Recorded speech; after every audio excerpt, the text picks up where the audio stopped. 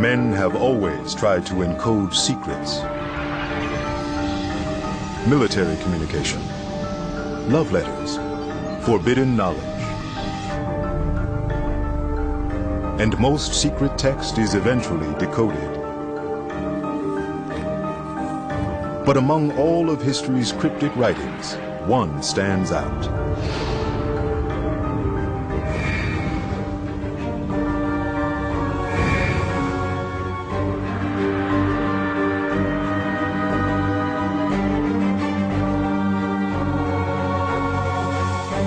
It's the world's most mysterious book, written by an unknown author in an odd alphabet, and brilliantly illustrated with puzzling images. For centuries, it defies all attempts to unveil its secrets.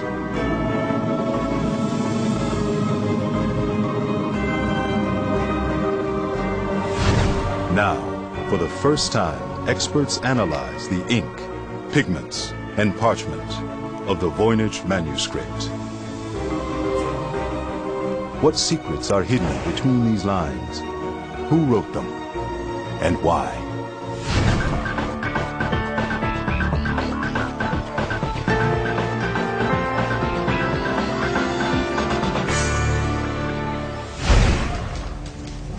At the headquarters of the U.S. Military Intelligence Service, these experts succeeded in decoding Japan's so-called Purple Code. William Frederick Friedman, the service's director, is one of the world's best cryptographers. For practice between jobs, Friedman and his team decode ancient cryptic texts. One by one, the codes are cracked. But one book, the Voynich Manuscript, stubbornly defies all attempts to decode it.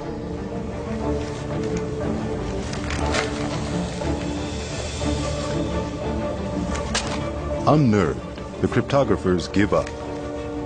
It's the only code they're unable to crack. The roughly 200-page manuscript with its strange symbols has been a mystery for decades.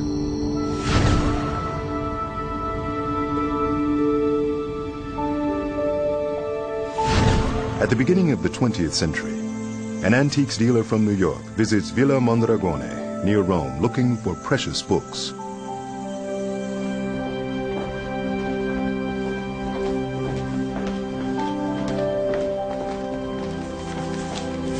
His name is Wilfried Voynich.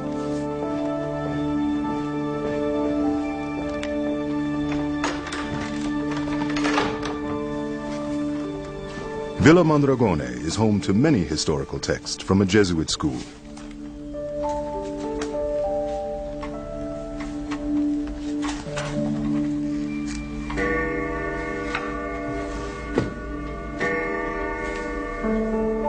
Wilfried Voynich is allowed to inspect a trunk that comes from the estate of Athanasius Kircher, one of the most famous scholars of the 17th century.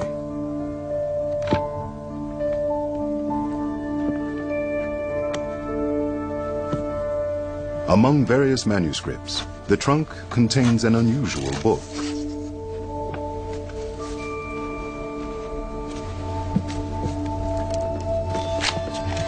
Voynich buys the manuscript and, for the rest of his life, tries to decipher it.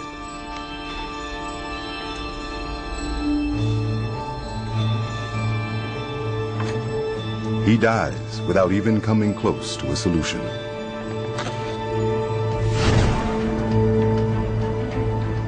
After Voynich's death, the manuscript ends up at the Voynich Rare Book and Manuscript Library at Yale.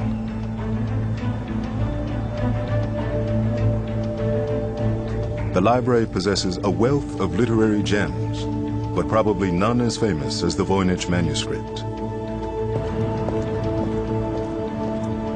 René Zandbergen is one of the leading experts on the Voynich Manuscript and has been working on it for years.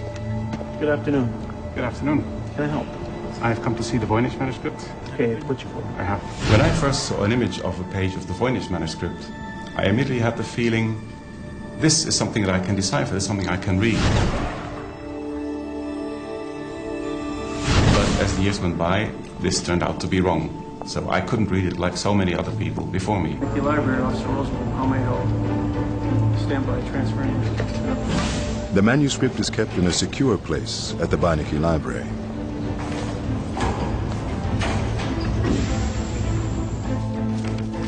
For the first time, René Zandbergen is able to inspect the original. And the really amazing thing is that somebody probably wrote something many hundreds of years ago, and still with modern technology we still cannot decipher this. On more than 200 pages of parchment, 1 million graphic details and some 170,000 characters unfold. It's beautiful. Yes. Could you show a few more pages? In this tangle of text and images, an expert's eye can easily get lost. See a few of the astrological pages. And then there were the drawings of the strange nymphs, yes. Very good. Yeah. The other interesting thing about the manuscript is it allows for so many different interpretations. There are so many drawings, so many figures. You can think of any theory and you will find evidence in the manuscript that fits this. This is really amazing. On closer inspection, the manuscript appears to be less confusing.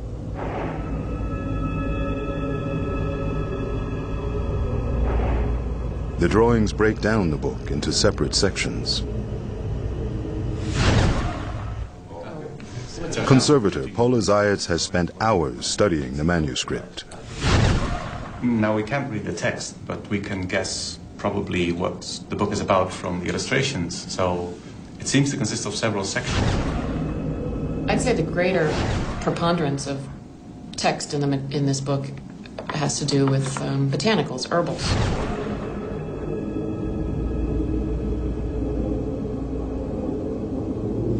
It's clearly a book about these plants. Shows their root systems, their leaves, their flowers.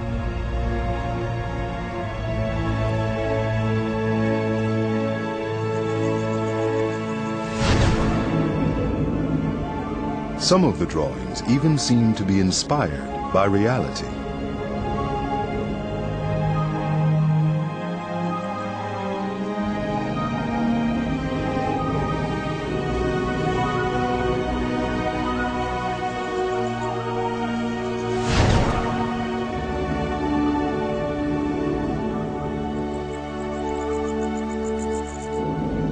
I would assume that what it says probably talks about where you're going to find this plant, how it grows, and then what can you use it for. Medicine was based on herbs. So another big part of medicine at that time is also encoded in the book. It's zodiac charts, star charts, the sky. But even here, there are astonishing parallels to natural shapes.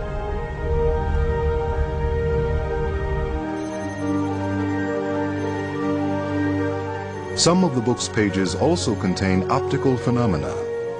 If set into a spinning motion, these illustrations come to life.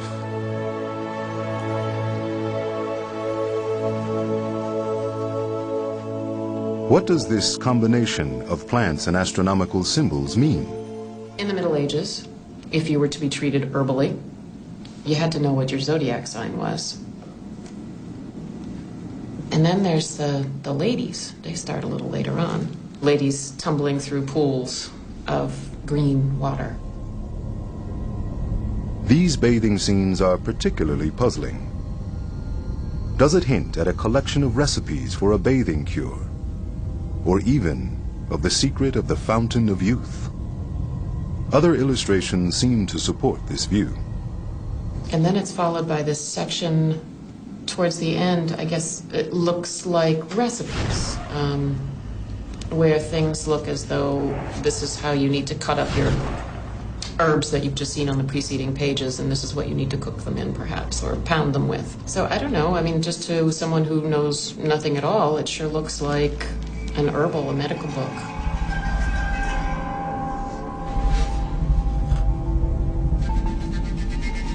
Was the author a medical genius hiding his discoveries from competitors?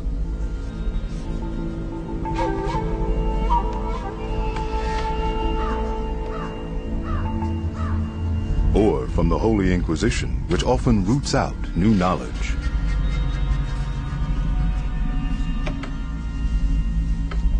Wilfried Voynich himself discovers the first clue leading to the anonymous author.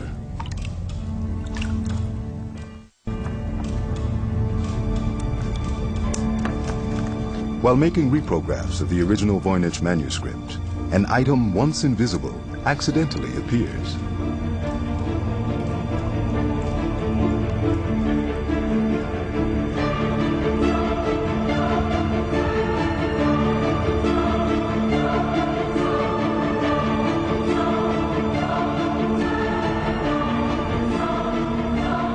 Someone has written something on the first page.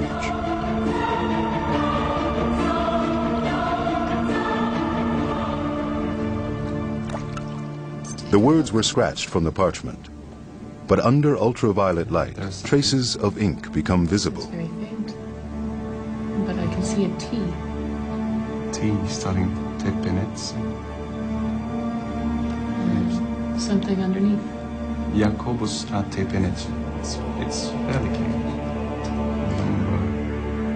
Number 19. Jacobus a Tepinich is a traveling doctor and expert in medical plants in the 17th century.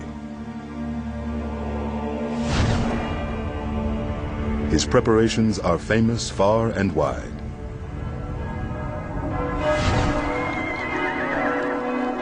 In 1608, he is summoned to Prague by Emperor Rudolf II.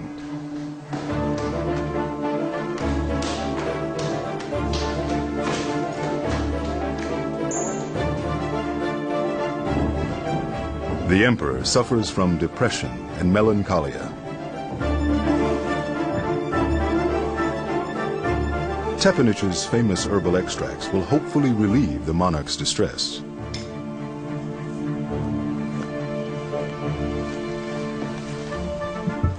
Tepinich experiments with herbs. He grows them, distills extracts, mixes them with alcohol, and makes a fortune.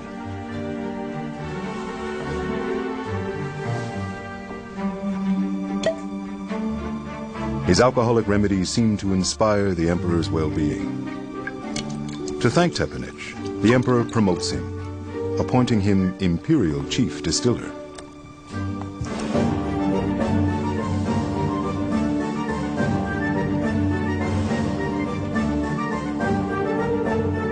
But why would a doctor encode his recipes? Groups who were involved in the practice of healing could easily get themselves in trouble with the church and with authorities. Kevin Repp is the curator of the Voynich Library's manuscript collection. Alchemy was very closely related to the growth of science in the early modern period, and yet at the same time, alchemy was considered to be an extremely arcane topic, meaning the information that was recorded in these texts was often considered to be extremely secret. Did Jacobus a Tepinich create the world's most mysterious manuscript?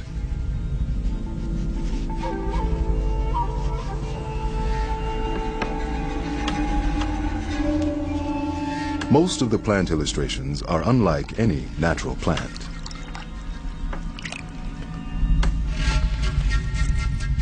Details are out of proportion or reminiscent of parts of the human anatomy or of abstract symbols.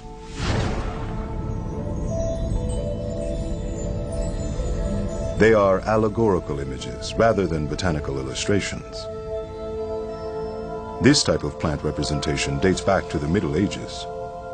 The medieval tradition was not to represent them realistically or naturalistically, but rather to represent them in terms of the powers that these particular plants possess. However, in the early 17th century, illustrations of plants are depicted in a more realistic manner. If we're talking about a book that was written in the 16th or 17th century, you would expect it to be much more similar to a book like this. This book is from 1562, and as you can see, there's a much greater emphasis made on precision. You can identify these plants.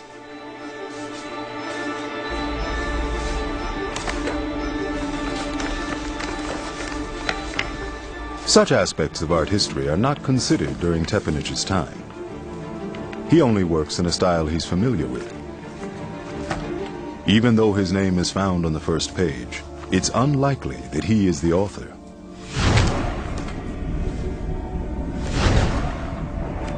Other books from his estate bear almost identical signatures. Clearly, at some point, the Voynich manuscript was in his possession.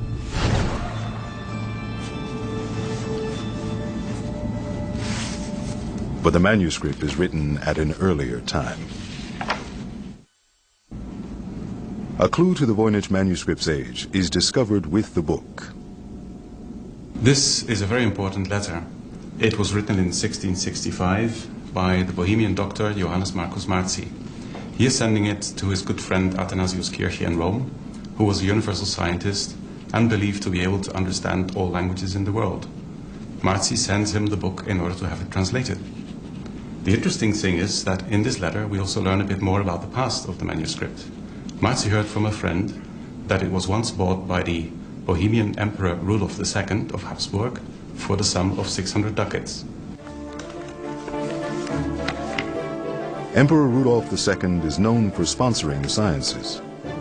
But back then, no distinction is made between natural science and magic.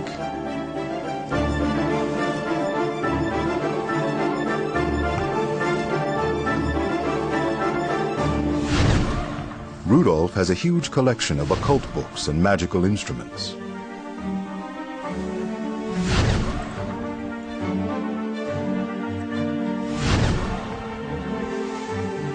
He spends huge amounts of money for his collection, which also includes the Voynich manuscript.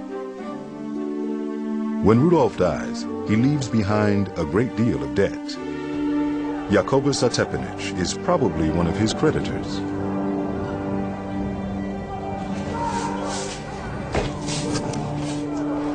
He must have been compensated with objects from the emperor's library. This is how the Voynich manuscript probably came into his possession.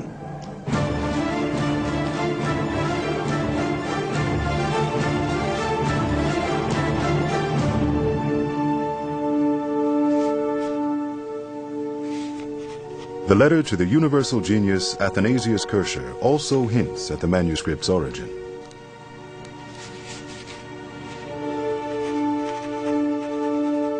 The letter even names the book's author, Roger Bacon.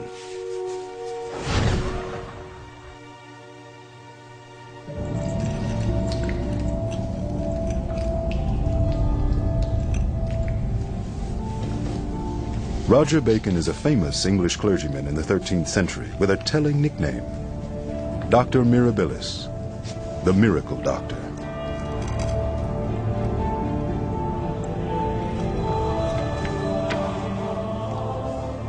Bacon's insights greatly exceed his contemporaries. His urge for new discoveries frequently causes conflict with the church. He is imprisoned at various times. He is one of the first Europeans interested in optical phenomena and worked with magnifying glasses.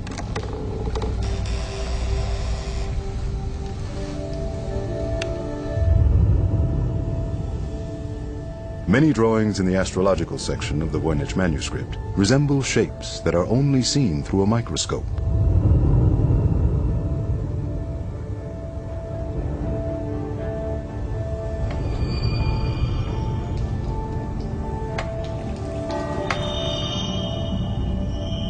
Is this the very first glimpse into a previously hidden world?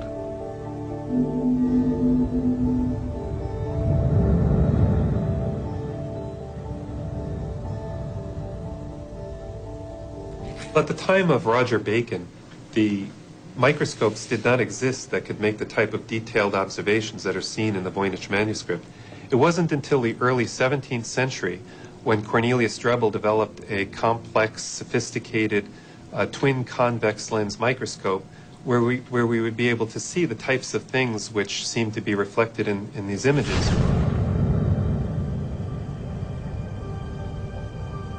In fact, most of the illustrations appear detached from conditions of reality.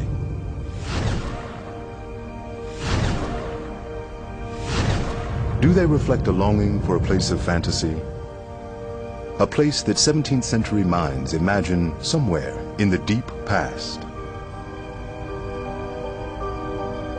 Well, at the time that Cornelius Drebbel was in London, there was a tremendous interest in the idea of the ancient book of mysterious knowledge.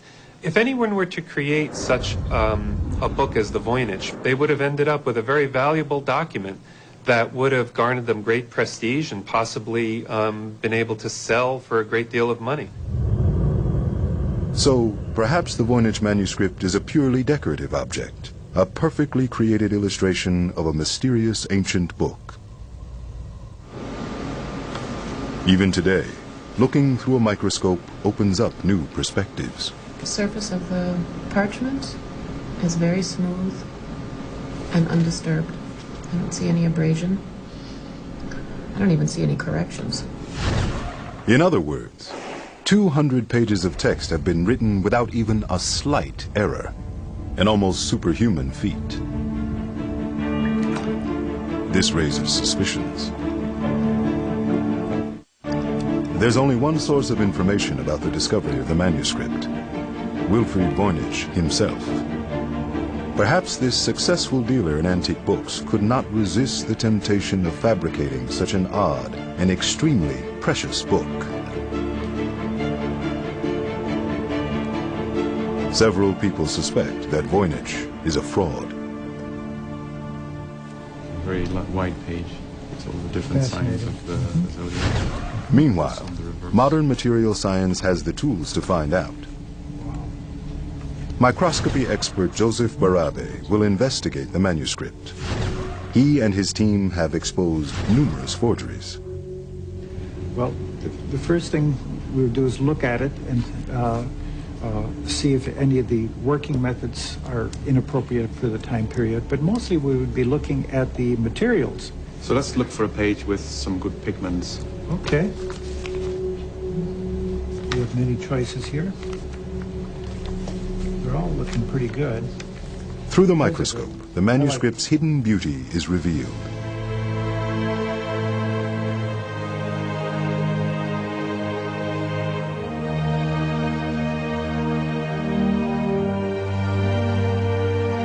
This fantastic micro-world harbors information that can prove whether the book is genuine or a hoax.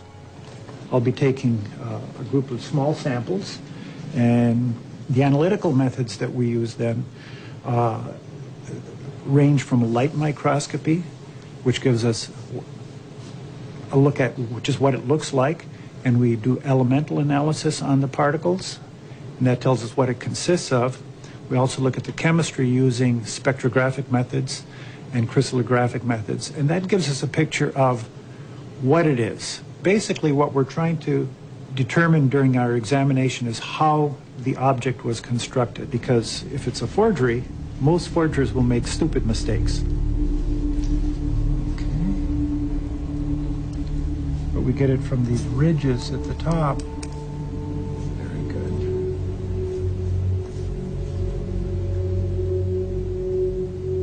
Joseph Barabe samples paint and ink from various portions of the manuscript. So what we found was that the ink is in iron gall ink, and we found that it was made in several different batches because the constituents vary somewhat from batch to batch. The blue is azurite, ground azurite, a very beautiful mineral pigment. The red and the brown are iron earth pigments, red ochre with hematite, wonderful stuff.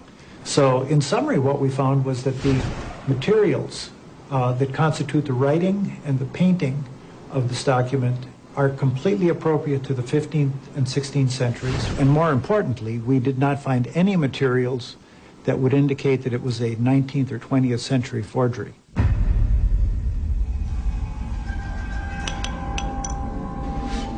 The paints and inks are proof that the Voynich manuscript is authentic.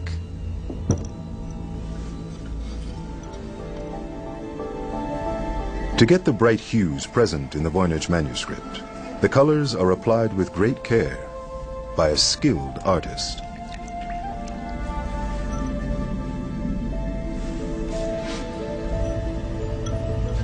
In stark contrast, however, many of the drawings appear sloppy, even naive.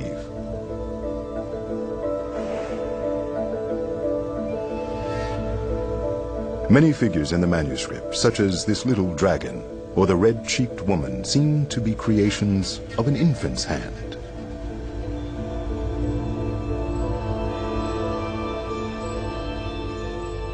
The first picture I ever saw of the manuscript was this one, and I assumed or developed the hypothesis that it was written by a young Leonardo da Vinci.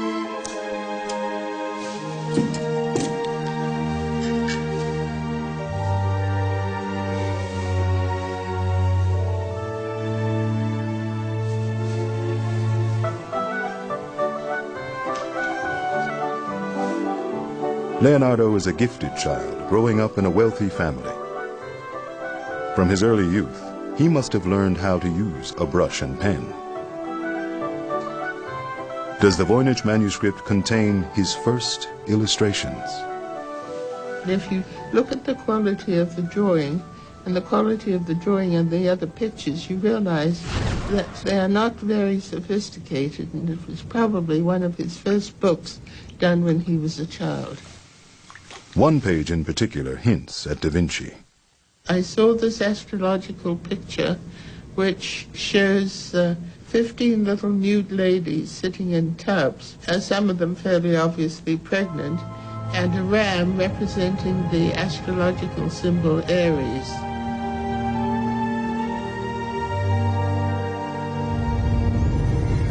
The Aries symbol could stand for the month of April. The Aries is surrounded by 15 obviously pregnant women. If each woman represents one day, the illustration could signify April 15th, Da Vinci's birthday.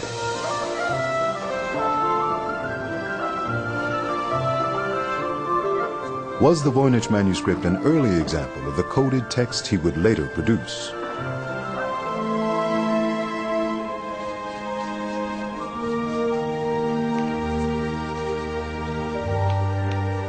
Leonardo was a genius, one of the greatest artists in history. Even at an early age, he is an expert draftsman. The drawings in the Voynich manuscript, however, show no sign of early genius. And there's reason to believe that this was not the product of a child.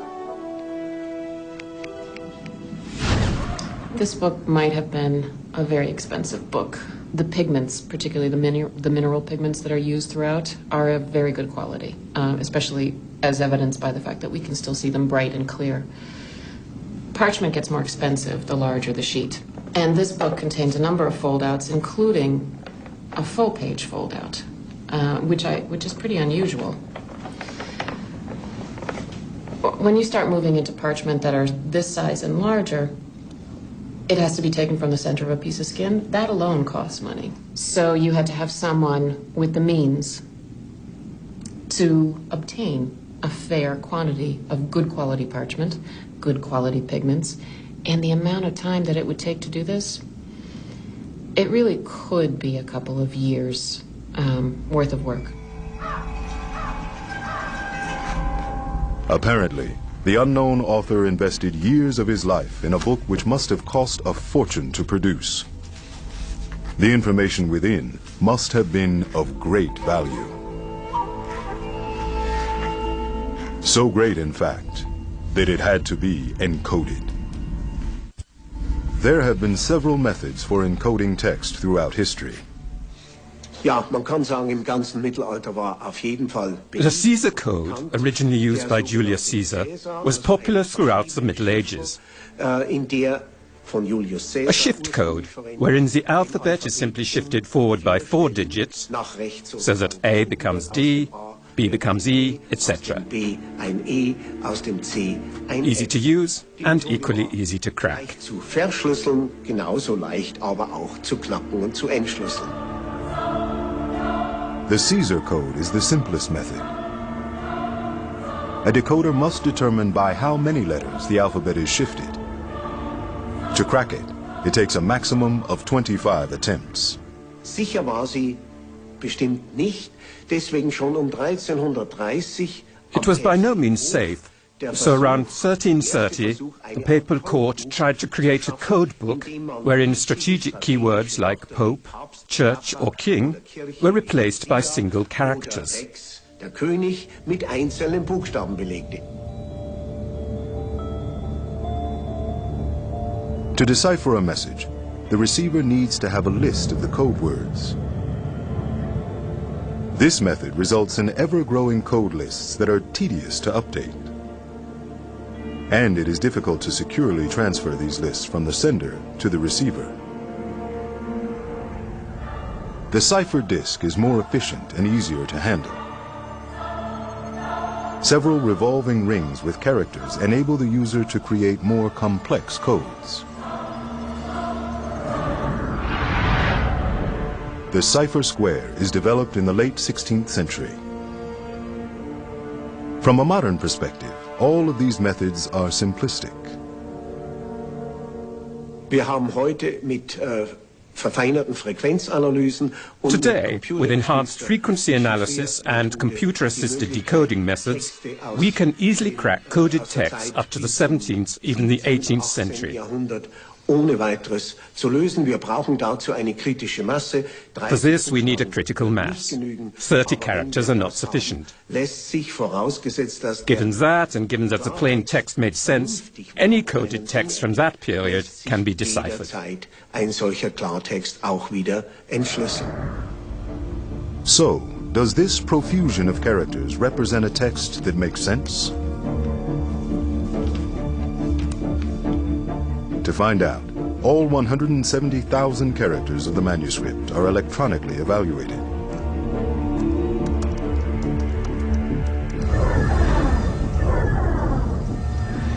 The distribution pattern of each character is then compared to known patterns of natural languages.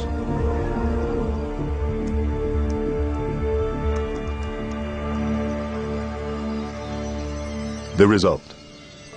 Some characters occur more often than others. Like, for instance, particular vowels in European languages. However, most elements of the Voynich text do not correspond to the phonetic patterns of any natural language.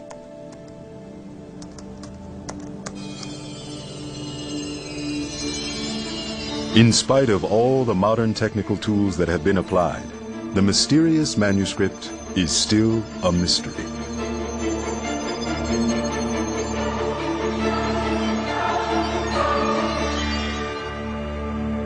The code remains uncracked.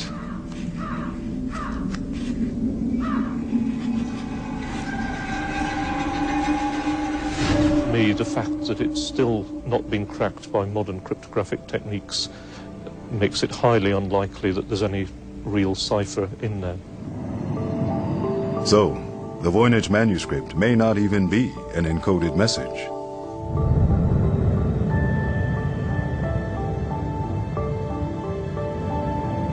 The distribution patterns point to a different theory. Some of the features of the manuscript were very unusual in terms of human languages, but were exactly the things you'd expect if somebody was producing something artificially and trying to make it look like a language. Gordon Rugg thinks the unknown author merely wanted to create an impression that the book contained something mysterious. For this purpose, he may have used historical codes. One simple method is to use a thing called a cardan grill. The key concept is you have the grill, which is a piece of card with holes cut in it in a particular pattern.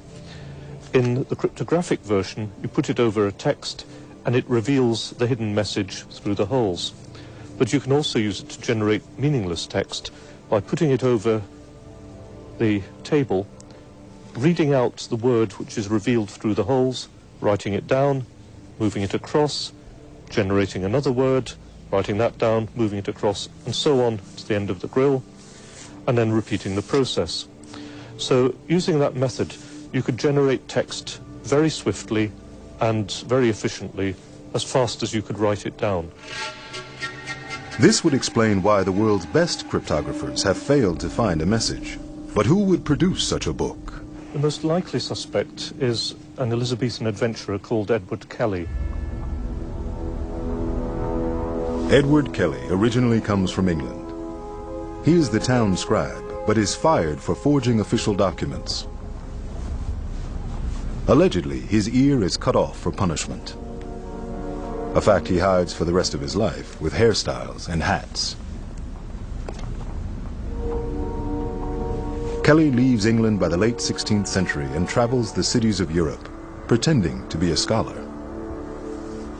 As for why he might have done it, there are several possible explanations.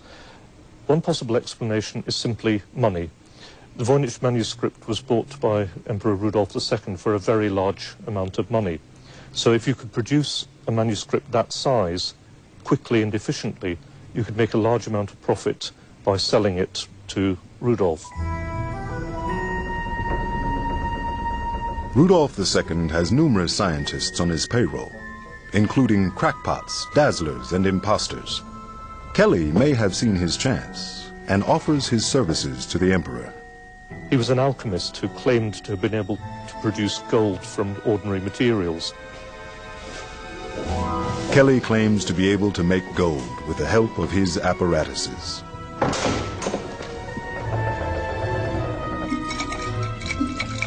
To check his ability, Emperor Rudolf has Kelly's tools inspected and the alchemist locked in a room.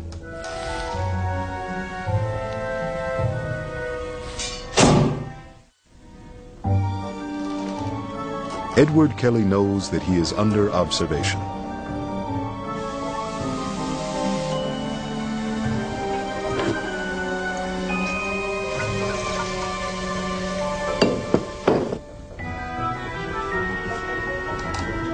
Of course, his mysterious alchemistic experiments never really produce gold, nor was it necessary, because Kelly smuggles a tiny nugget into the room.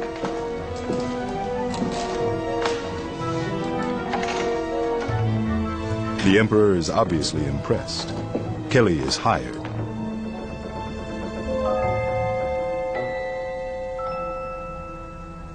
But there's other possible motivations as well as money. That somebody believed that the angels were talking to them, for example, to spell out some mystical words.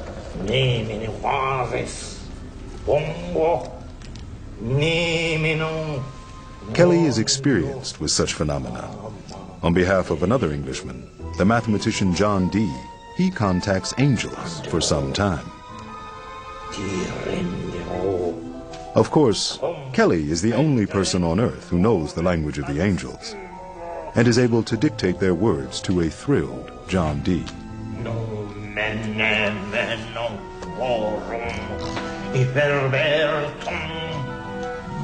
Kelly uses special characters which he reads from a magic table.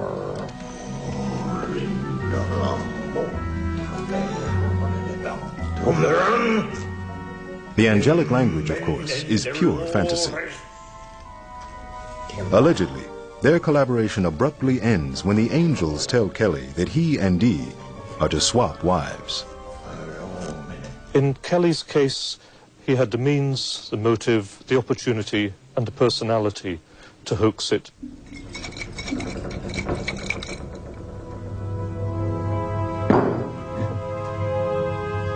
Many things point to Edward Kelly as the author of the Voynich Manuscript. He previously invents a fantasy language. And Emperor Rudolf II is a financially potent and gullible buyer of his mysterious writings and formulas.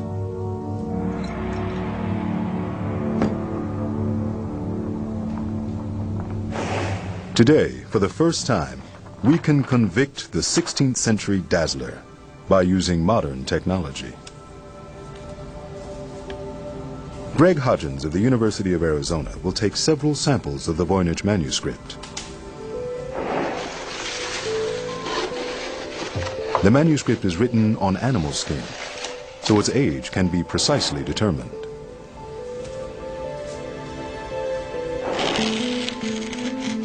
Like any organic material, parchment can be dated by the radiocarbon method.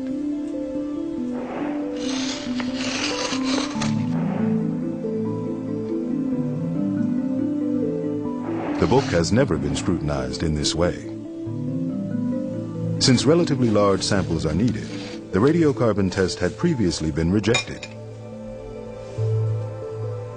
But now, for the first time ever, it is possible to determine exactly how old this mysterious manuscript really is. To ensure accuracy, Greg Hodgins takes 4 samples from 4 different pages. A few weeks later, the lab results arrive with a big surprise. So there are the 4 measurements from the 4 samples that we took from the Voynich manuscript. And as you can see, the dates are very tightly clustered together. It gives a picture of it being created in a relatively short period of time. Moreover, because they're so tightly clustered together, it means we can treat it as one object that's been dated 4 times, and that increases the precision of the measurement.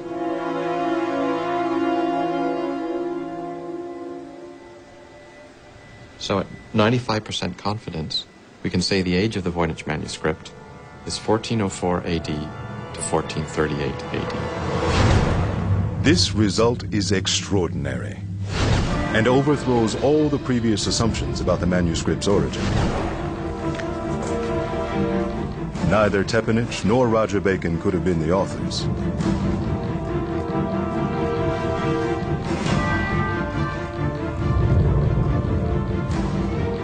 Leonardo da Vinci also was born half a century later.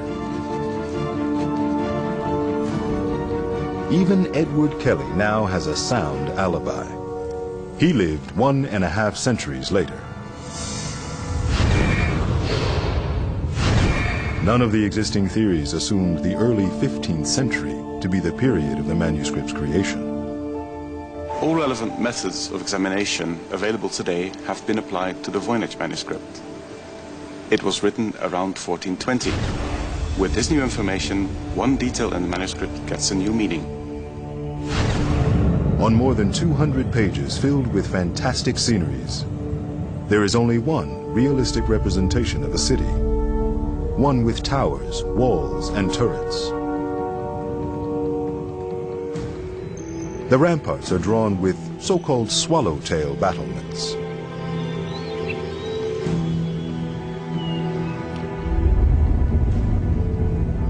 In combination with the manuscript's date of origin, these turrets take on a special significance.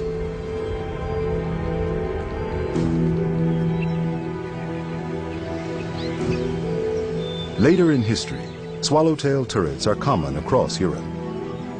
But in the early 15th century, they only exist in northern Italy. During the Renaissance period, northern Italy is one of the wealthiest and most influential regions of the Western world.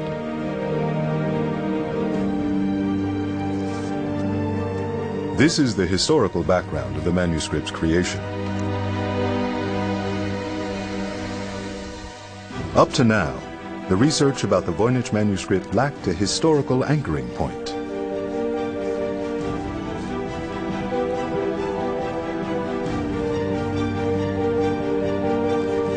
No one knew in which period or region a search could be started.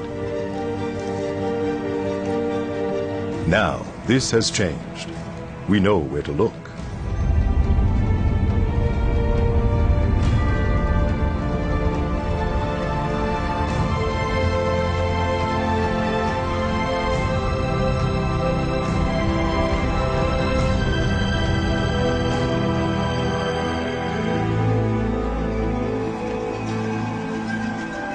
It will be exciting to see what further references to the mysterious manuscript will be found in the archives between Milan and Venice.